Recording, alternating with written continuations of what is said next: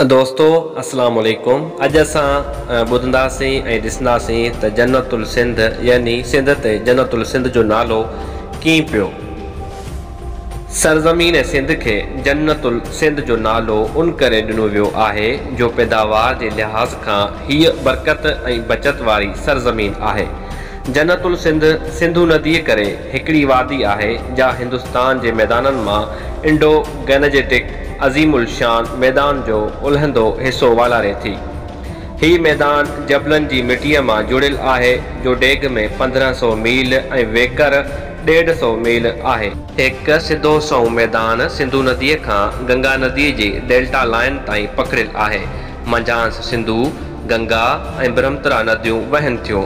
ही मैदान सिंध, पंजाब, गॾियल इलाइक़ा, बंगाल ऐं आसाम जा इलाइक़ा वालारे थो ऐं पाक हिंद जे सभिनी इलाइक़नि खां हिन मैदान वारा इलाइक़ा वधीक ज़रखेज़ ऐं मर्दमखेज़ आहिनि।